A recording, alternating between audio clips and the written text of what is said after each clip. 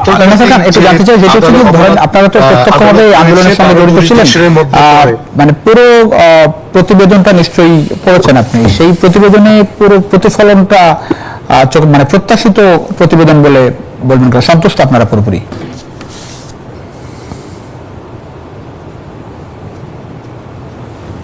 দেখুন, এখানে যে প্রতিবেদনটা এসছে তারা যে তথ্যগুলো পেয়েছে তার ভিত্তিতে, কিন্তু আমরা মনে করছি ঘটনা আরো ভয়াবহ। যদি বিস্তারিত তারাই এই তদন্ত কার্যক্রমটি আরো চালাতে পারেন, আমরা আশা করছি যে বিভিন্ন ইন্ডিপেন্ডেন্ট যে মানবাধিকার সংগঠনগুলো রয়েছে, এমনকি জাতিসংঘের হিউম্যান রাইটস কমিশন অফিসটি আরো ফার্দার তার ইনভেস্টিগেশন করবেন যে সর্বতভাবে যে ধরনের ঘটনা ঘটেছে, তো সেটি খুবই ভয়াবহ। আমরা মনে করছি এটা বিস্তারিত হওয়া উচিত। দেখুন, গুমের ব্যাপারে এসছে প্রায় ৩,০০০-এর অধিক বেশি গুম হয়েছে গত এই ১৬ বছর রেজিমে। এমন এক একটি বছর গিয়েছে ৬০০ থেকে ৬৫০ মানুষকে গুম করা হয়েছে। এটিও তো স্পষ্টত একটি অপরাধ, যে আমরা যে ক্রাইমস এগেইনস্ট হিউম্যানিটির কথা বলছি, এবং এই গুমের ক্ষেত্রে আন্তর্জাতিক ট্রিটিও রয়েছে। তো এই সবগুলো অপরাধ আন্তর্জাতিক অপরাধ ট্রাইব্যুনালে বিচারের যোগ্য, তার এখতিয়ারের মধ্যে পড়ে। তো আমরা মনে করছি যে এতে করে আন্তর্জাতিক অপরাধ ট্রাইব্যুনাল তার যে স্বচ্ছতা বিচারিক এবং আন্তর্জাতিক যে প্যারামিটার গুলা এখানে রক্ষা করা হয়, আমরা মনে করছি যে ট্রাইব্যুনালের সংখ্যা আরো বাড়বে এবং যারা অপরাধী তাদের বিরুদ্ধে সুস্পষ্ট অপরাধ রয়েছে তাদেরকে দ্রুত শাস্তির আওতায় আনা হবে। দেখুন, বাংলাদেশে এক ধরনের অস্থিরতা বিরাজ করছে, কারণ দৃশ্যমান যে উন্নতি বিচারের সেটি কিন্তু আমরা ওই অংশে দেখছি না। এমনকি বড় রাজনৈতিক দলগুলো যে ধরনের প্রোটেস্ট করা উচিত বিচারের জন্য, সে ধরনের প্রোটেস্টও দেখা যাচ্ছে না।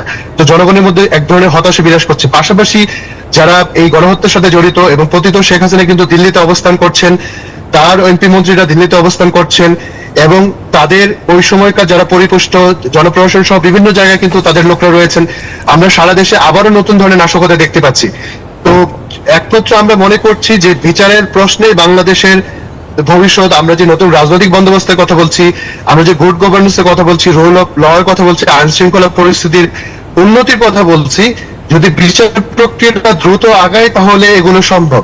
যদি বিচারহীনতার সংস্কৃতি আবারও রয়ে যায় এবং যদি ইনডেমনিটি দেওয়া হয়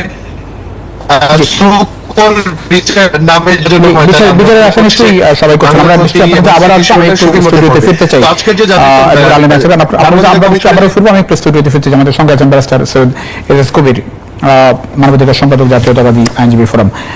এজাজ কবির, আমি একটু জানতে চাইছি, ধরেন যে বিষয়গুলো এসেছে সেটা অনেকটা কাঙ্ক্ষিতই ছিল, এবং আমি একটু জানতে চাই যে এই যে প্রতিবেদন জাতিসংঘের পক্ষ থেকে, তথ্যানুসন্ধান দলের প্রতিবেদন, গুরুত্ব কতটা বলে মনে হয় আপনার আন্তর্জাতিকভাবে?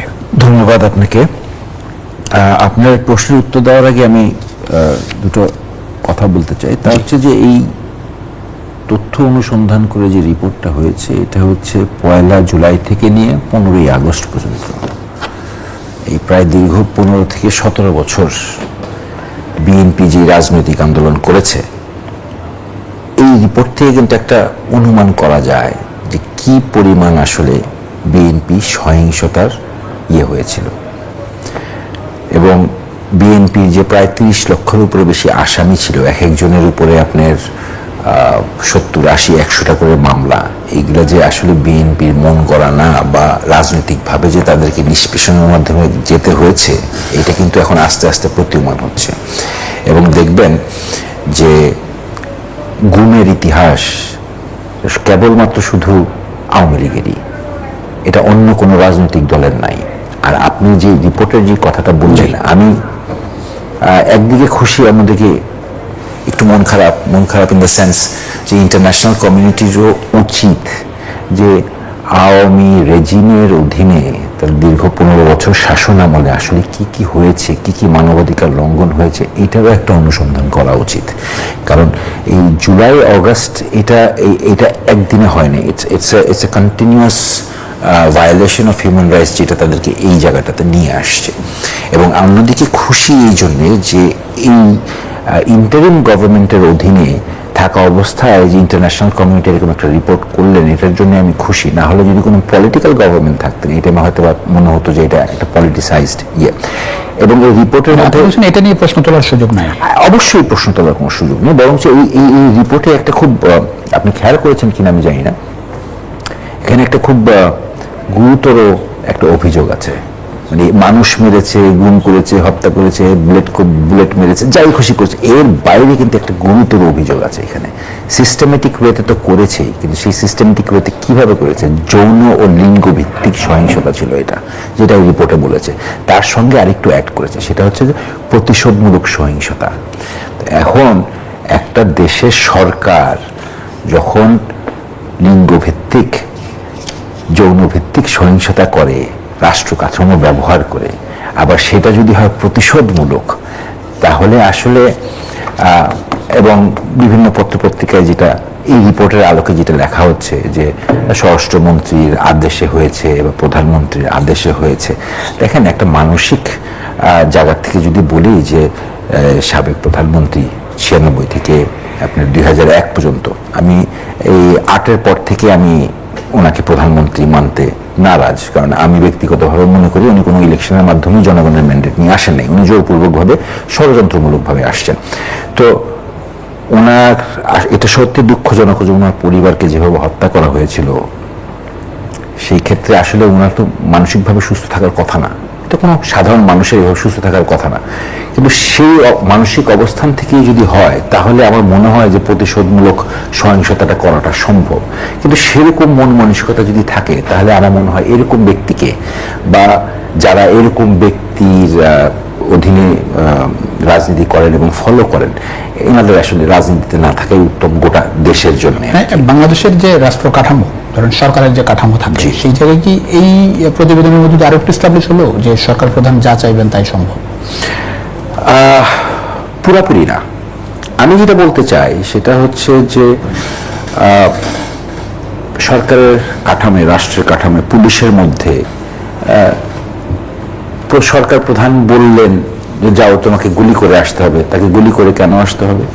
করেছে তো এবার। হ্যাঁ করেছে, কিন্তু কেন আসতে হবে? মানে উনি বলেছেন মানে কি আমাকে চাকরির খাতিরে, না আমি আমার ওই গদিতে বসে আমি অন্যান্য আরো উৎস আছে আমার আয়ের, সেগুলা রক্ষার্থে? তো অনেক জিনিস ব্যাপার স্যাপার আছে নাকি। আবার সরকার প্রধান তো নিশ্চয়ই জানেনি যে উনি তো শেখ হাসিনা তো নিজেই বলেছেন যে আমার পিয়ন 400 কোটি টাকার মালিক, তাই না? তাহলে নিশ্চয়ই উনি জানেন যে সরকার রাষ্ট্র কাঠামোর ভিতরে কে কি করছে। তাহলে উনি কি এইটারই সুযোগ নিয়েছেন যে ঠিক আছে তাদেরকে আমি দুর্নীতি করতে দিলাম, কিন্তু তাদেরকে আমি ব্যবহার করবো যেভাবে সেইভাবে, আর নাহলে আমি তাদেরকে আবার করবো, তারাও আবার ভয়ে থাকবে যে আমার তো সব খবর তাদের কাছে জানা আছে, আমার তো যে কোনো সময় ট্রান্সফার হয়ে যেতে পারে, সো উনি যা বলে আমি তাই করি। ঘটনা কি সেরকম কিনা? এরকম আমাদের অনেক কিছু দেখতে হবে। কিন্তু মূল বিষয়টি হচ্ছে যে যে ঘটনাগুলি ঘটেছে শুধু জুলাই আগস্ট না, সেটা আপনি বলছিলেন, আমি দীর্ঘ 15 বছর যেটা ঘটেছে সেটা আমি জাস্ট বলতে চাই যে এটা হচ্ছে state terrorism, state terrorism, Awami terrorism, ঠিক আছে? আওয়ামী সন্ত্রাসবাদ। এই দেশে অন্য কোনো সন্ত্রাসী নেই, শুধু ওই আওয়ামী লীগই রাষ্ট্র দ্বারা সন্ত্রাসী করেছে। জি, অনেক ধন্যবাদ। আমাদের সঙ্গে মধ্যে যোগ দিয়েছেন ব্যারিস্টার শাহেদ মাহদী, প্রসিকিউটর, আন্তর্জাতিক অপরাধ ট্রাইব্যুনাল। শাহেদ মাহদী, আপনাকে স্বাগত জানাচ্ছি। জি, ধন্যবাদ।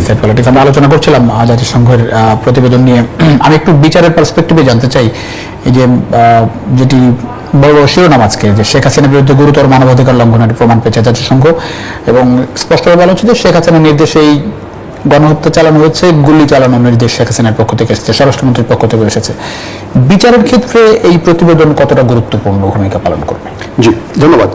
নিঃসন্দেহে জাতিসংঘ যখন একটা প্রতিবেদন দেয়, তারা ফ্যাক্ট ফাইন্ডিং টিম, অর্থাৎ এটি হচ্ছে সম্পূর্ণ আন্তর্জাতিক কমিউনিটির যে স্ট্যান্ডার্ড আছে সেটি তারা মেনটেন করে, নিরপেক্ষভাবে তারা অনুসন্ধান চালান, ফ্যাক্ট সংগ্রহ করার চেষ্টা করেন, এবং এর প্রেক্ষিতে তারা যে অনুসিদ্ধান্তে বা সিদ্ধান্তে পৌঁছেছেন যে সর্বোচ্চ পর্যায় থেকে নির্দেশনা দেওয়া হয়েছে, সেই নির্দেশনা একটা কাঠামোগত স্ট্রাকচারের মধ্য দিয়ে প্রতিপালিত হয়েছে, এবং এরপরে এর প্রেক্ষিতে প্রায় 1400 ছাত্র জনতা, নিরীহ ছাত্র জনতা, নিরস্ত্র ছাত্র জনতা নিহত হয়েছেন।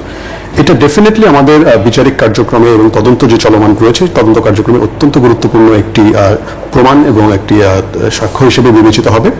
এবং এর ভিত্তিতে আমাদের একটি কথা বলা যেতে পারে যে আমাদের যে চলমান তদন্ত রয়েছে, আমাদের তদন্তকারী কর্মকর্তারা যে কার্যক্রম চালাচ্ছেন, তার সাথে এই জাতিসংঘের যে কার্যক্রম রিপোর্টটা আসলো, এর খুব বেশি মৌলিক কোনো তফাৎ আমরা এখনো দেখছি না, যতটুকু আমরা সোফার অ্যানালিসিস করেছি। তো এর প্রেক্ষিতে আমরা বলতে পারি যে এই জাতিসংঘের এই ফ্যাক্ট ফাইন্ডিং রিপোর্টটি আমাদের অত্যন্ত গুরুত্বপূর্ণ একটি প্রতিবেদন হিসেবে বিবেচিত হবে। সে জায়গাটাই আন্তর্জাতিকভাবেও কতটা গ্রহণযোগ্যতার জায়গা থেকে কতটা সুবিধা হয় বলে মনে করেন? জি, ধন্যবাদ। এটা একটা খুব গুরুত্বপূর্ণ বিষয়, কারণ আমাদের এই বিচারিক প্রক্রিয়াটাকে প্রশ্নবিদ্ধ করবার জন্য বিভিন্ন জায়গা থেকে নানা ধরনের চেষ্টা করা হচ্ছে বা হবে, সামনে হয়তো আরো এটার ইন্টেন্সিটি বেড়ে যাবে। তো সেই জায়গাতে জাতিসংঘের মতো জায়গা থেকে বিশেষ করে তারা যেভাবে এই জিনিসটাকে অ্যানালিসিস করেছেন এবং একটা দ্রুততম সময়ের মধ্যে সুন্দর একটা প্রতিবেদন তারা উপস্থাপন করেছেন, যা সর্বজন গ্রাহ্য এবং সকল জায়গায় গ্রহণযোগ্য একটা বিষয়। সুতরাং আন্তর্জাতিক এবং ডিপ্লোম্যাটিক জায়গাতেও এটি অত্যন্ত গুরুত্বপূর্ণ, বাংলাদেশের মানুষের প্রতিনিধিত্ব করে এমন একটি প্রতিবেদন হিসেবে বিবেচিত হবে। জি, আমাদের সঙ্গে নিশ্চয়ই অ্যাডভোকেট আলী নাসের খান আছেন।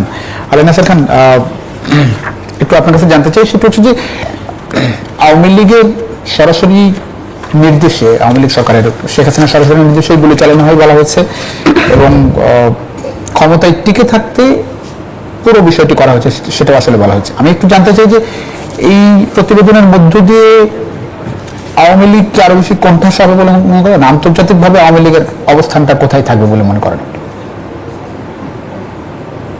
আওয়ামী লীগ কিন্তু ওয়ারের টেররের একটা সরে দেশের মানুষের বিরুদ্ধে নানা ধরনের জঙ্গি নাটক করে তাদের 16 বছরের রিজিম কায়েম করেছে। শুধুমাত্র নির্বাচনী ব্যবস্থা ধ্বংস করেছে বা দেশের মানুষকে একেবারে সিস্টেমেটিক্যালি হত্যা করেছে, বিশেষ করে বিরোধী মতকে, এমনটা নয়। তো আমরা গত 16 বছরে যেটা দেখলাম, রাষ্ট্রীয় বাহিনী, গোয়েন্দা সংস্থা, নিজস্ব দলের লোকজন, বিভিন্ন সংগঠন সহ তারা মেস আপ করে ফেলেছিল। এটি বোঝার কোনো উপায় ছিল না কে সরকারি কর্মচারী, কে আইন শৃঙ্খলা আইন প্রয়োগকারী সংস্থা, তারা হচ্ছে রাজনীতিবিদ।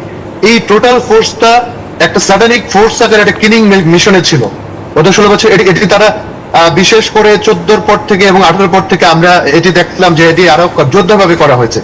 তো আন্তর্জাতিক কমিউনিটি এখন সুস্পষ্টভাবে জানছে যে এই আওয়ামী লীগ হচ্ছে একটা টেররিস্ট অর্গানাইজেশন। ফ্যাসিবাদের যত এলিমেন্ট থাকা উচিত এই স্যাটানিক ফোর্সের মধ্যে ছিল। এটিকে রাজনৈতিক দল বলবার আর কোনো সুযোগ নেই।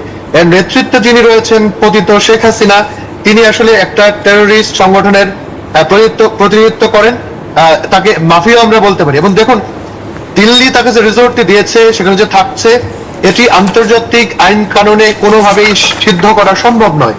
এবং সেখানে থেকে তার এই পতিত বিভিন্ন নেতাকর্মীদের নিয়ে ওইখান থেকে অর্থায়ন করে, স্পন্সর করে এখনো এই দেশের মানুষের বিরুদ্ধে নাশকতা চালাচ্ছে। তো ইতিমধ্যে আমরা দেখেছি কোন রাষ্ট্র এই পতিত হাসিনা এবং এই গণহত্যাকারীকে আশ্রয় প্রশ্রয় দেওয়ার আগ্রহ পোষণ করেনি।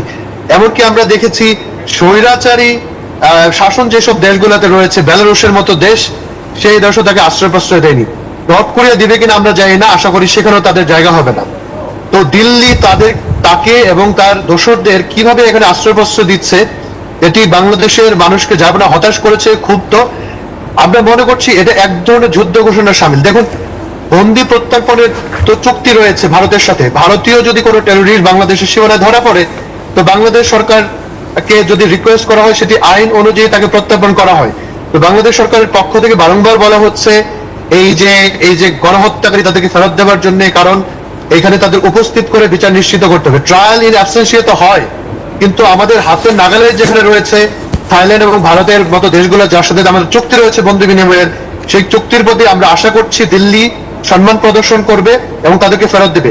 আর ইন্টারন্যাশনাল কমিউনিটির কথা বলুন, বিশেষ করে যদি ইউরোপীয় ইউনিয়নের কথা বলুন, মার্কিন যুক্তরাষ্ট্র সহ যেসব দেশগুলোতে ডেমোক্রেসির চর্চা হয়, সেই দেশগুলো এই মানবাধিকার রিপোর্ট এবং জাতিসংঘের এই তদন্ত, আমাদের যে বিচারিক কার্যক্রম এবং আমাদের স্বাধীন সাংবাদিকতা যারা করেন এবং সংবাদ মাধ্যমের তরফ থেকে তারা যেটি জেনেছেন, এখানে স্পষ্ট গণহত্যা হয়েছে, আওয়ামী লীগ গণহত্যাকারী দল।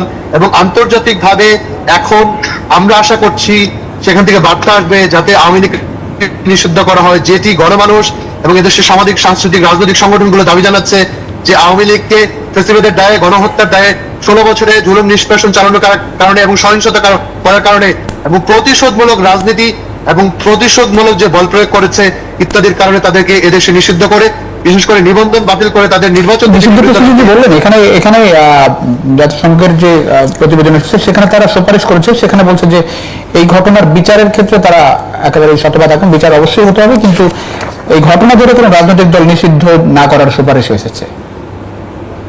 ছোট্ট করে জানতে চাই। দেখুন, একটা ফেসিবাদী কাঠামোর মধ্য দিয়ে গড়ে ওঠা এবং ফেসিবাদ লালন করা এবং তাদের মধ্যে আদৌ অব্দি অনুশোচনা নেই, তারা কিন্তু এখনো সে যুদ্ধের অস্ত্র হাতে মানে রয়েছে। আমরা দেখেছি তাদের যে বিভিন্ন ধরনের মিটিং গুলো ফাঁস হচ্ছে, সেখানে স্পষ্টতই বলছে যে এই সন্ত্রাসীরা বা এই গণহত্যাকারীরা যদি দিনের বেলায় একেবারে প্রকাশ্যে ঘুরে বেরোতে না পারে, তাহলে রাজধানী সহ দেশের মানুষকে ঘুমাতে দেবে না। গাজীপুরে যে ঘটনাটি আমরা 7 ফেব্রুয়ারিতে দেখলাম, সেখানে গাজীপুরে আছেন, গাজীপুরে মারা গেছে, আপনাদের একজন সহকর্মী মারা গেছেন, কি অবস্থা? কাকের নামে, এবং এই ধরনের ঘটনা মিরপুরে আমরা ঘটেছে এবং দেশের বিভিন্ন জায়গায় দেখছি। তো এই ফ্যাসিস্ট সংগঠনকে নিবৃত করার জন্য বাংলাদেশের সমস্ত রাজনৈতিক দলগুলোর মধ্যে ঐক্যমত্য রয়েছে, এবং দেখুন সামাজিক সাংস্কৃতিক ভাবে সেই আন্দোলন কিন্তু ব্যবহান হচ্ছে। নাজি পার্টি তো জার্মানিতে নির্বাচন করার জন্য কোনো বৈধতা পায় না, এবং তাদেরকে একেবারে সিস্টেমেটিক্যালি ক্লিনজিং করে সে মুছে দেওয়া হয়েছে। এবং দেখুন ফেসিবাদে লালন করে ইতালিতে মুসোলিনি বা ওই ফ্যাসিস্ট আইডিয়ার কোনো চিহ্ন নেই। আপনারা যদি এই খেমারোজদের কথা বলুন ক্যাম্বোডিয়াতে, আমরা যদি অ্যাপার্থেড সাউথ আফ্রিকার কথা বলি, এমনকি চিলির কথা বলি, এবং নানা দেশের উদাহরণ টানা যাবে, সেখানে ফ্যাসিবাদী ব্যবস্থা কায়েমকারী এবং ফ্যাসিবাদী আইডিয়া লালনকারী এবং গণহত্যায় অংশগ্রহণকারী কোন দল রাজনীতি করতে পারে না, এটি বিশ্বের ইতিহাস। অতএব বাংলাদেশে সব জায়গা থেকে দাবি আসছে, যদি গণমানুষ। জি, অনেক ধন্যবাদ। আমরা বিরতি নিয়ে ফিরছি, বিরতি নিয়ে ফিরে নিশ্চয়ই আপনার কাছে আবারও অনেক কথা শোনার সুযোগ। অনেক ধন্যবাদ। আমরা বিরতি নিয়ে ফিরছি। দর্শক, ছোট্ট একটা বিরতিতে যাচ্ছি। RRM স্টিল ইনসাইড পলিটিক্সে কিছুক্ষণের মধ্যে ফিরছি, আশা করি সঙ্গে থাকছেন।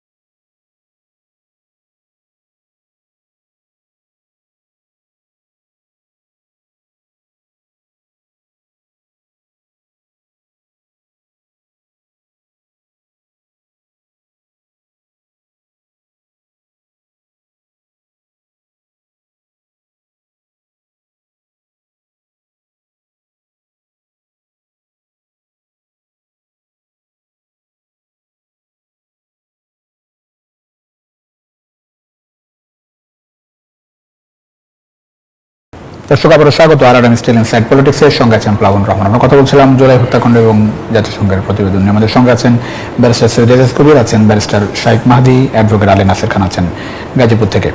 সৈয়দ এজাজ কবির, আমি একটু জানতে চাই যে হত্যাকাণ্ড এবং চোখের সামনে এরকম একটা ঘটনা ঘটলো নজিরবিহীন, সেই জায়গাটাই কি ধরনের বিচার আপনি আশা করেন? যেটি সুপারিশ জাতিসংঘের পক্ষ থেকে করা হচ্ছে, সেরকম প্রত্যাশিত বিচার সম্ভব বলেও মনে করেন কিনা? দেখেন, সুপারিশ এখানে বলেছে তারা র্যাব ও এনটিএমসি কে বিলুপ্ত করতে হবে। আবার অন্যদিকে কন্ট্রাডিক্টরি একটা সুপারিশ করেছে, রাজনৈতিক দলকে নিষিদ্ধ করা যাবে না। দুইটা দুই দিকের কনসেপ্ট, মানে র্যাব আর এনটিএমসি কে বিলুপ্ত করা গেলে রাজনৈতিক দলকেও বিলুপ্ত করা যাবে।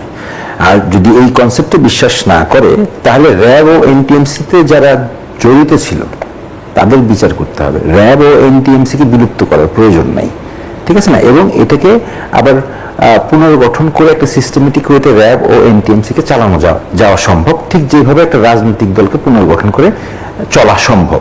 হ্যাঁ, রাজনৈতিক দল নিষিদ্ধ করার পক্ষে আমার মনে হয় না কোনো রাজনৈতিক দল এটার পক্ষে থাকবে, কারণ আমরা একটা বহুদলীয় গণতন্ত্রে বিশ্বাসী জাতি, দেশ, এবং থাকবে। জাসদ কি আছে না রাজনৈতিক দল, কিন্তু জাসদের কি রাজনীতি কোনো পার্টিসিপেশন আছে?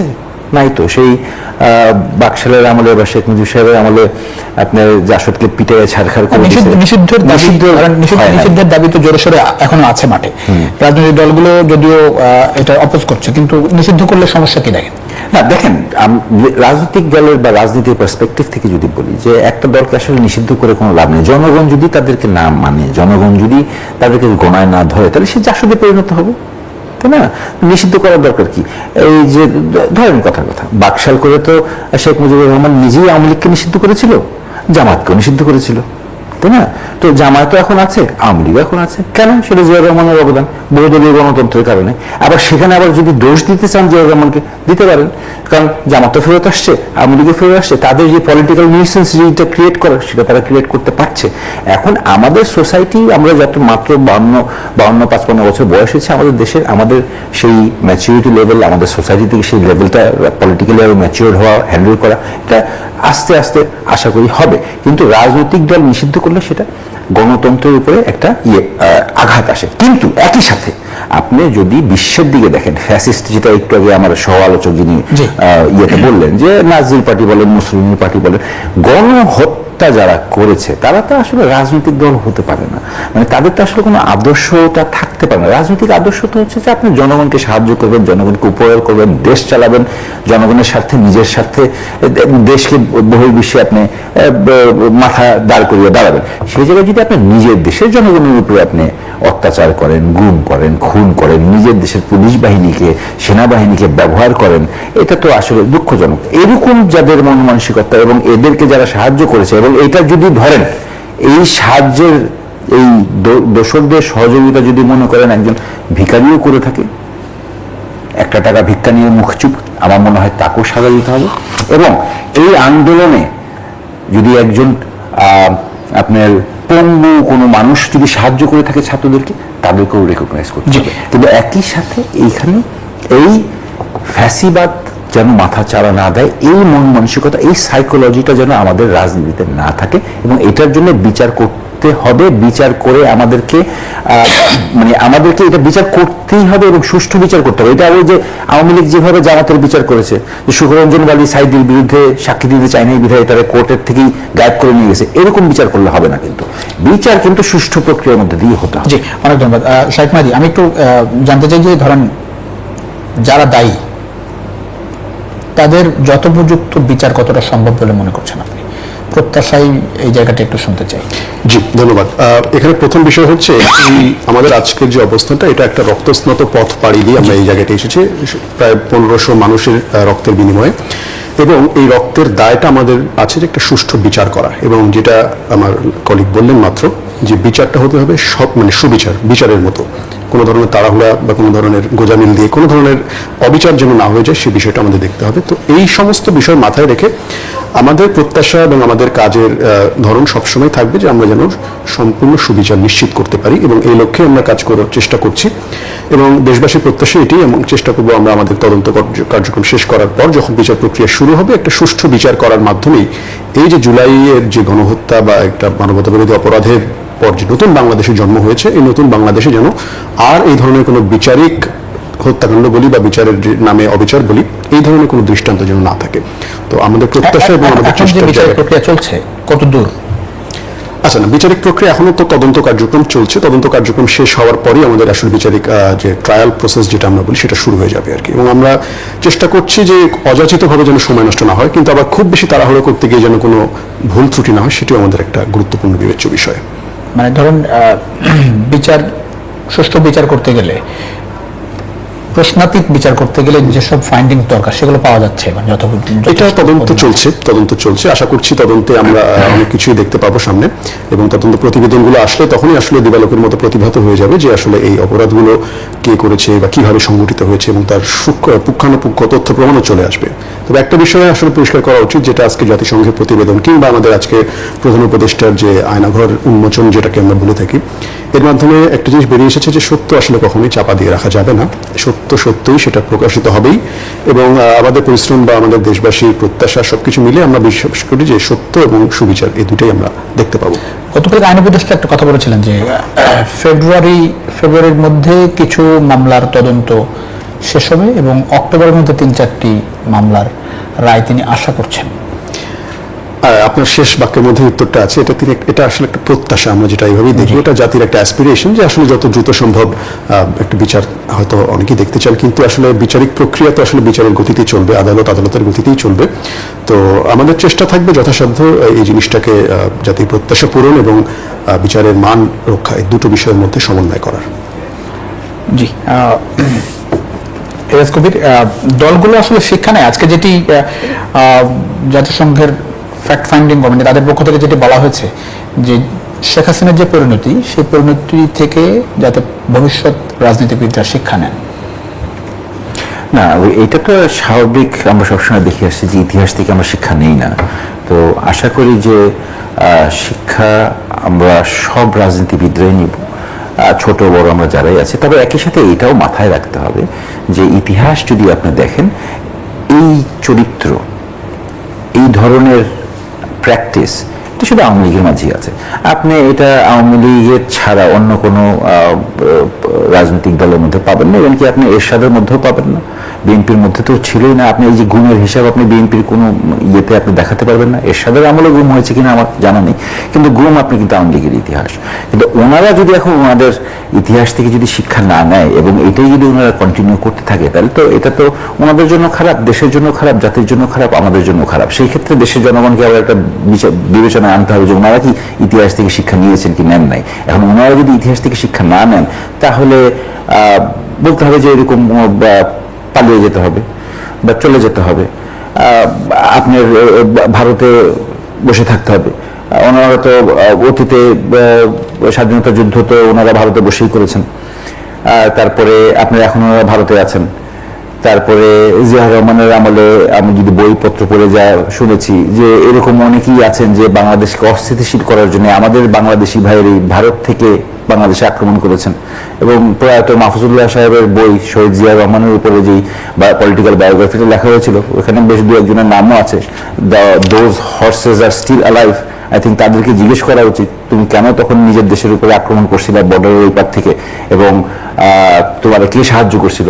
এগুলো মনে হয় আস্তে আস্তে বের হয়ে আসা উচিত, এবং এই ধরনের লোকদেরকে আসলে আমার মনে হয় না রাজনীতিতে রাখা উচিত। এবং এই যারা এখনো ওই দ্বিধায় ভোগে যে কে বাঙালি, কে বাংলাদেশি, বা কে বাংলাদেশি বাঙালি, বা কে বাংলাদেশি না, এটা আমার মনে হয় না আমাদের দেশে এত বছর বয়স, এত বছর পরে আমাদের এই পরিচয়হীনতাটায় ভোগা উচিত। আমরা সবাই বাংলাদেশি বাঙালি, বাংলাদেশি চাকমা, প্রথমে আমরা বাংলাদেশি, সার্বভৌমত্ব প্রথমে, এবং বাংলাদেশটা আমাদের। এইখানে এই আইডিওলজিক্যাল ডিফারেন্সটা যতদিন পর্যন্ত মিটমাট না হবে, অতদিন মনে করে যে বাংলাদেশের রাজনীতি আমার আমার পার্সোনাল ওপিনিয়ন যে বাংলাদেশের রাজনীতিতে এই বিভাজনটা থাকবে এবং এখানে আমাদের যে শত্রু যারা আমাদের ইকোনমিক্যাল প্রোগ্রেস চায় না, যারা আমাদেরকে ডিফেন্সিভ প্রোগ্রেস দেখতে চায় না, এবং অতীতে স্বাধীনতার পর থেকেই আমরা দেখেছি কারা চায় না, তো তারাই এই সুযোগটা নেবে এবং তারা একটা জায়গাতেই একটা দলের সাথেই আছে, তারা ওই একটা জায়গাতেই একটা দলের সাথে থাকবে, তারা আমাদের দেশের জনগণের সাথে তারা আসবে না। ছোট্ট বিরতি নিয়ে ফিরছি দর্শক, ছোট্ট একটা বিরতি দিয়ে যাচ্ছে আবারও। আর ইনসাইড পলিটিক্সে কিছুক্ষণ মধ্যে ফিরছি, আশা করি সঙ্গে পাচ্ছি।